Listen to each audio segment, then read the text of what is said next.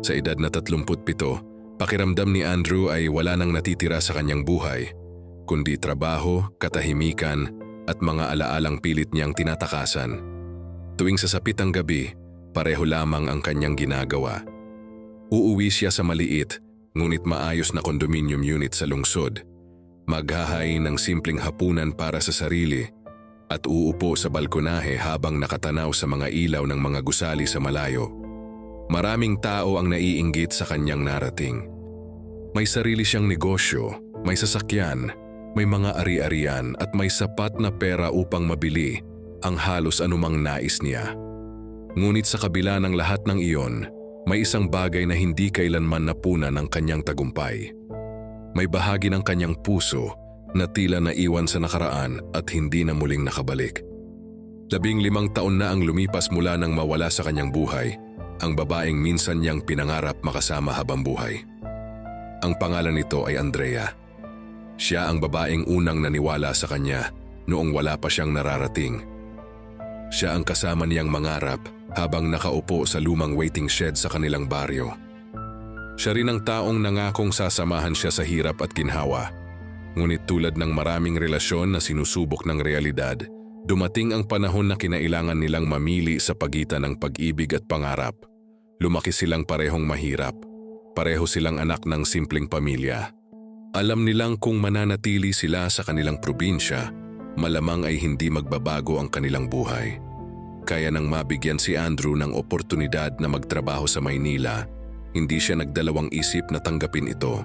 Para sa kanya, iyon na ang pagkakataong matagal niyang hinihintay. Nangako siyang babalik para kay Andrea. Nangakong mag-iipon. Nangakong gagawa ng mas magandang kinabukasan para sa kanilang dalawa. Noong una, naging maayos ang lahat. Araw-araw silang nag-uusap. Nagpapadala ng mahahabang mensahe. Nagpaplano ng bahay na balang araw ay kanilang titirhan. Ngunit habang lumilipas ang mga buwan, unti-unting nagbago ang lahat. Naging abala si Andrew sa trabaho. Naging mas mahalaga ang overtime kaysa sa mga tawag. Mas naging mahalaga ang paghabol sa promosyon kaysa sa mga pangakong binitiwan niya noon. Hindi niya namalayan na habang unti-unti siyang umaangat sa buhay, unti-unti rin niyang iniiwan sa likod ang taong pinakamahalaga sa kanya. Hindi niya alam na ang mga desisyong ginagawa niya noon ang magiging simula ng pinakamalaking pagsisisi sa kanyang buong buhay. Lumipas ang 2 taon at lalo pang naging abala si Andrew. Minsan ay umaabot ng ilang araw bago siya makapagparamdam kay Andrea.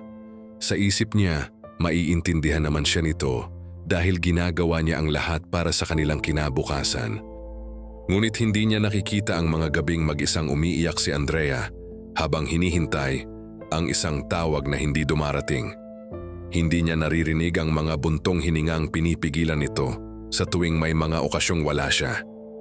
Isang umaga, habang naghahanda para pumasok sa opisina, may natanggap siyang sulat mula sa kanilang probinsya.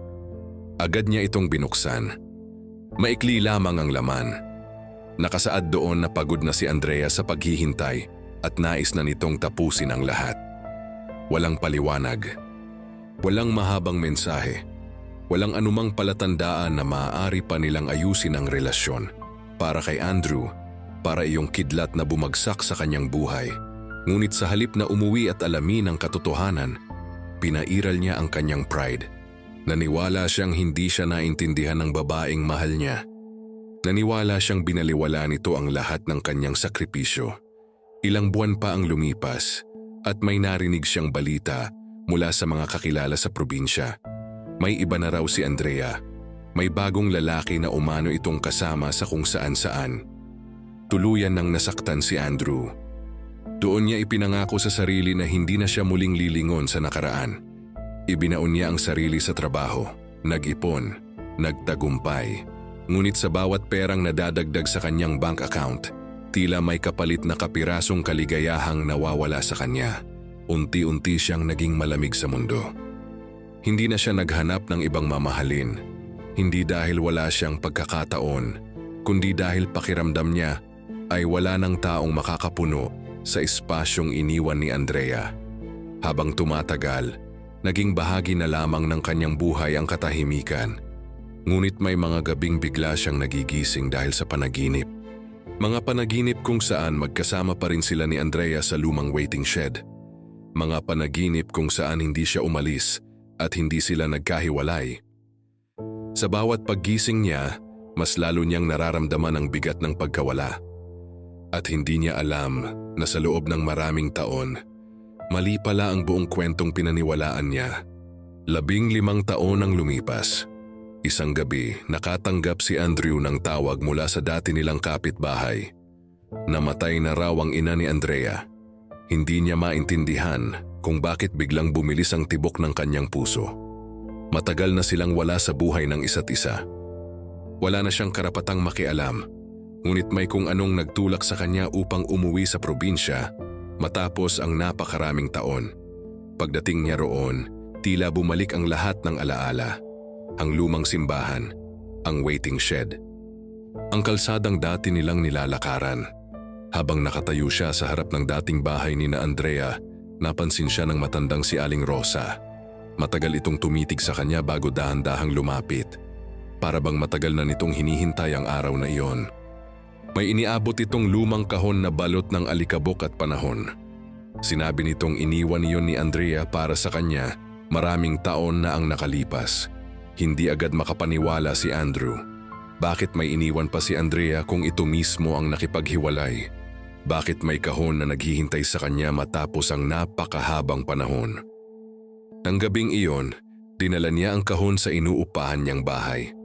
Habang nakatitig dito, hindi niya maipaliwanag ang kaba na kanyang nararamdaman.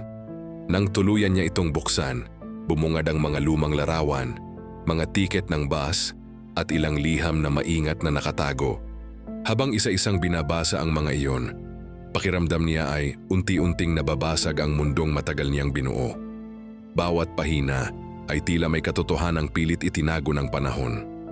Bawat salita ay may dalang sakit na hindi niya inaasahang mararamdaman muli.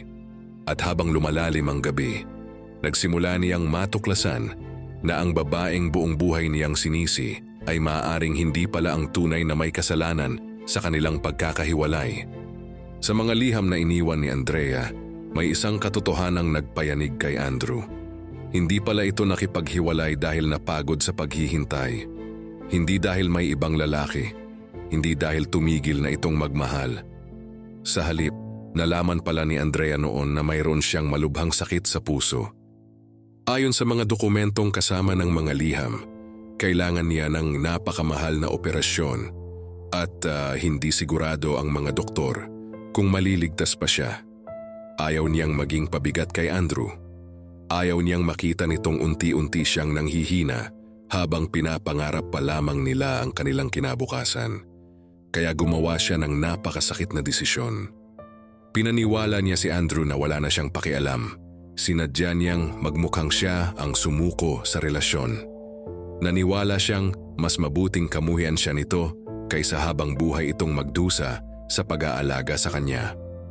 Nang mabasa iyon ni Andrew, hindi niya napigilan ang pag-iyak.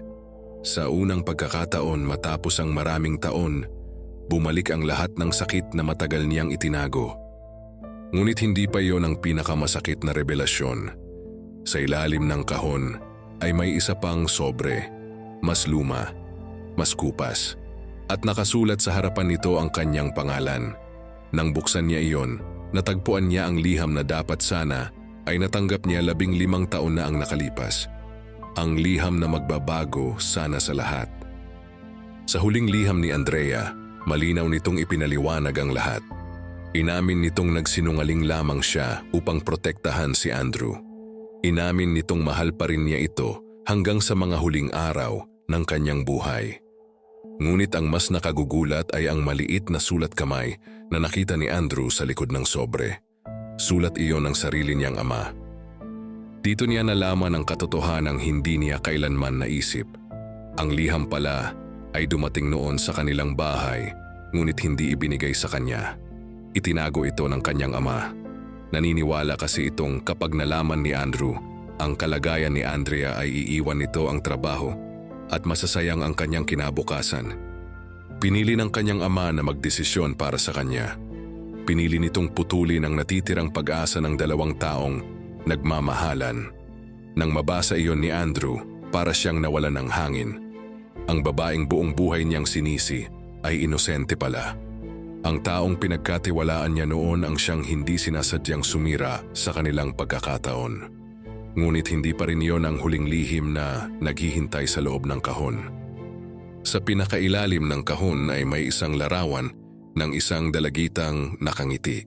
Kasama nito ang isang dokumento na halos manginig ang mga kamay ni Andrew nang mabasa niya. Isa itong sertipiko ng kapanganakan at sa bahagi ng ama ay malinaw na nakasulat ang kanyang pangalan. Hindi siya makapaniwala. May anak sila ni Andrea. May anak na hindi niya kailanman nakilala. Ayon sa mga kasunod na liham, nalaman ni Andrea ang kanyang pagbubuntis ilang linggo matapos ang kanilang paghihiwalay. Sinubukan nitong hanapin si Andrew, ngunit hindi na ito nagtagumpay. Habang lumalala ang kanyang sakit, pinili nitong palakihin ng mag-isa ang kanilang anak. Walang reklamo, walang hinihinging tulong. Hanggang sa tuluyan itong pumanaw makalipas ang ilang taon.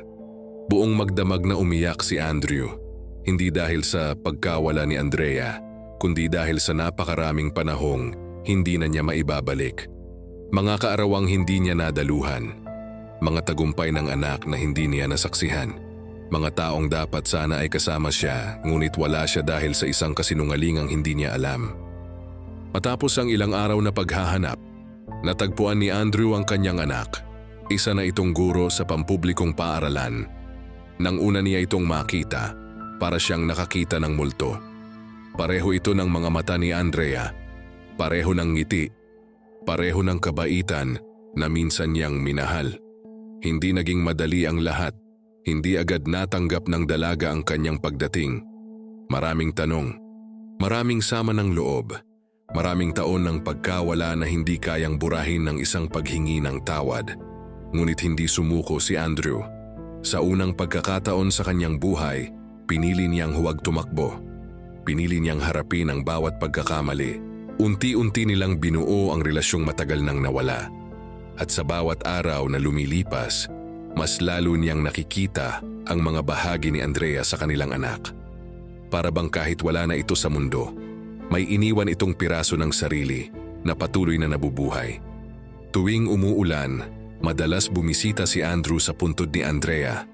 Dinadala niya ang mga lumang liham, mga larawan at mga kwentong hindi nila naibahagi noon. Hindi na niya mababawi ang nakaraan. Hindi na niya maibabalik ang mga taong nawala. Ngunit natutunan niyang tanggapin ang katotohanan. Natutunan niyang ang tunay na pag-ibig ay hindi nasusukat sa tagal ng pagsasama, kundi sa lalim ng sakripisyong handang ibigay ng isang tao. Habang nakatayo siya sa ilalim ng ulan isang hapon, hawak ang huling sulat ni Andrea. Napagtanto niyang hindi siya kailanman iniwan ng babaeng pinakamamahal niya. Sa halip, minahal siya nito hanggang sa huling tibok ng puso nito. At marahil iyon ang pinakamalungkot ngunit pinakamagandang uri ng pag-ibig. Ang pag-ibig na handang isuko ang sariling kaligayahan para lamang makita ang taong mahal nito na magkaroon ng mas magandang buhay. Habang bumabagsak ang ulan sa paligid niya, dahan-dahang isinara ni Andrew ang lumang kahon at tumingin sa langit. Sa wakas, alam na niya ang buong katotohanan.